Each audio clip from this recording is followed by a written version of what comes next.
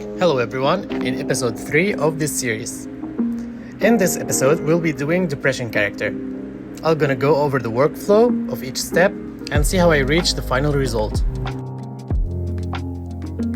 I know that depression is actually the first stage and the third stage is bargain, but coming up with an idea for depression is actually a lot more straightforward than bargain.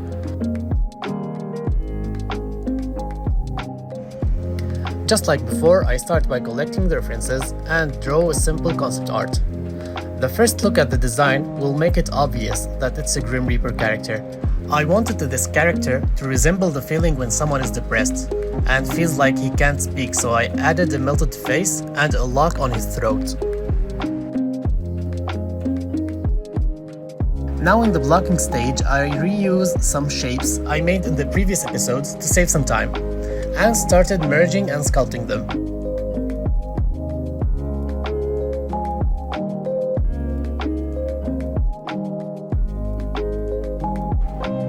This character won't have legs, so I have less limbs to sculpt. But what was important for me is to show the body weakness of the character and show the structure of his skeleton. I draw some skulls and details on the body, then inflate and smooth them.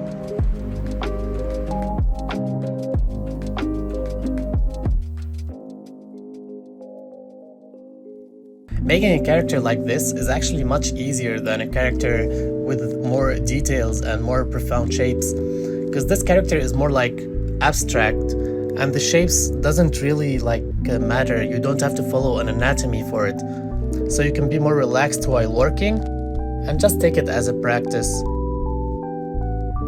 And you can notice that in the face. I just tried to add some details for it, but not focusing on any proportions.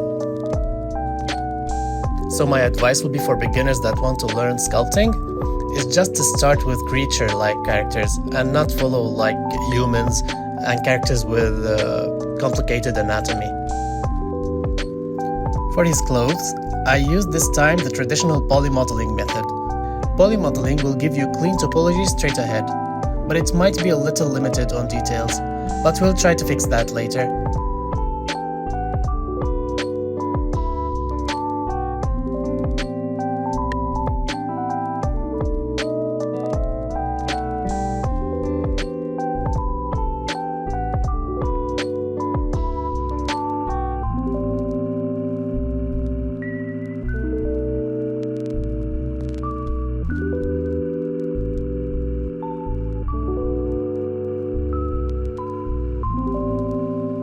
For the retopology, I used this time a ZBrush tool called ZRemesher. This tool will give you a retopology with one click, but it's not the cleanest or most optimized.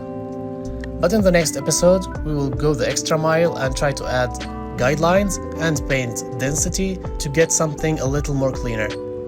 Anyway, I think it's okay for personal work and maybe posing a character, but for a quality animation, it's just not enough.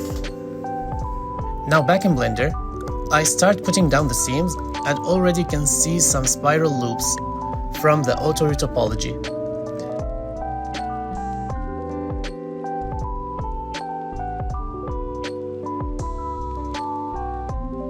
I UV'd the body and the cloth, and now I'll add multi-res modifier on the cloth and subdivide it a couple of times.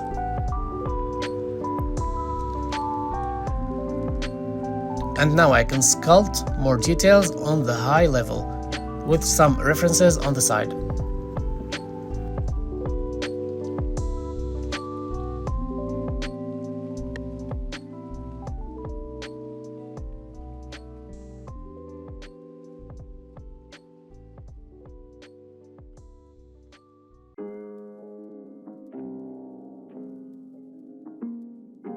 Now in Substance Painter, I import the retopode model and bake the high poly sculpt on top of it. And we will get all the details back. The material I had in mind was close to bone material, but first I start with the skin preset base and give it a desaturated color and used a curvature mask and a metal edge wear mask to get highlights and details all over it.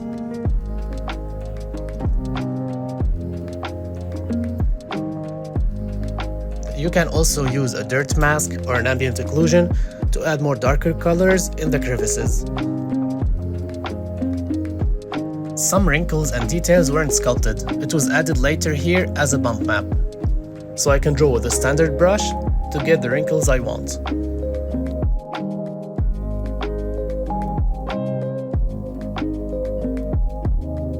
The cloth were also the same.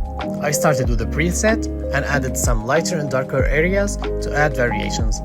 But what I did extra is drawing this opacity map, which will give a torn cloth effect.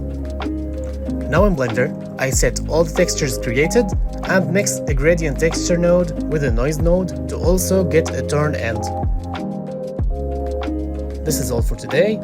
In the next video, we will take a more modern way and more realistic way to create clothes. Hope you enjoyed this episode. See you next week.